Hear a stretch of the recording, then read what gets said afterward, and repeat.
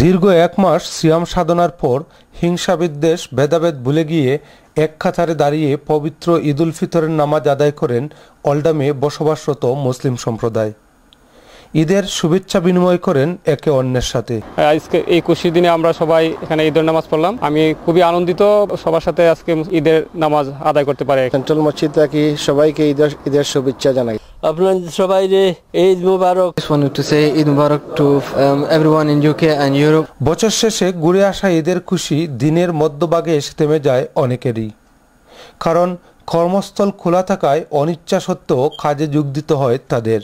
আমাদের বাঙালি কমিউনিটির বিশেষ করে যারা রেস্টুরেন্ট টেকআউটের বস আছেন, সবার কাছে বিনীতভাবে অনুরোধ করব, অন্তত বছরে আমরা দুইটি ঈদ পালন করি। এই দুইটি ঈদের দিনে তারা ব্যবসা প্রতিষ্ঠান বন্ধ রেখে স্টাফদেরকে এই সুযোগ দিবেন। কাজের জন্য অনেকের ইচ্ছা থাকা সত্ত্বেও ফ্যামিলি নিয়ে বন্ধু বান্ধব নিয়ে সবাই মিলে একসাথে ঈদ করতে পারতেছি না। ব্রিটেনের মেঘলা আকাশে ঈদের চাঁদ দেখা না গেলেও সেই খুশির চাঁদ উদ্ভাসিত এখানকার মুসলিম জনগোষ্ঠীর চোখে মুখে। কিন্তু ব্রিটিশ বাংলাদেশি মুসলমানদের বৃহৎ একটি অংশ খাড়ি শিল্পে কর্মরত থাকায় ঈদের আনন্দঘন মুহূর্তগুলো কাটাতে বঞ্চিত হন তারা। খাড়ি শিল্প মালিকদের প্রতি তাদের অনুরোধ, অন্তত বছরের এই সেরা উৎসব মুখর দুটি দিনে যেন ব্যবসা বন্ধ রেখে পরিবার এবং স্বজনদের সাথে কাটানোর সুযোগ করে দেন।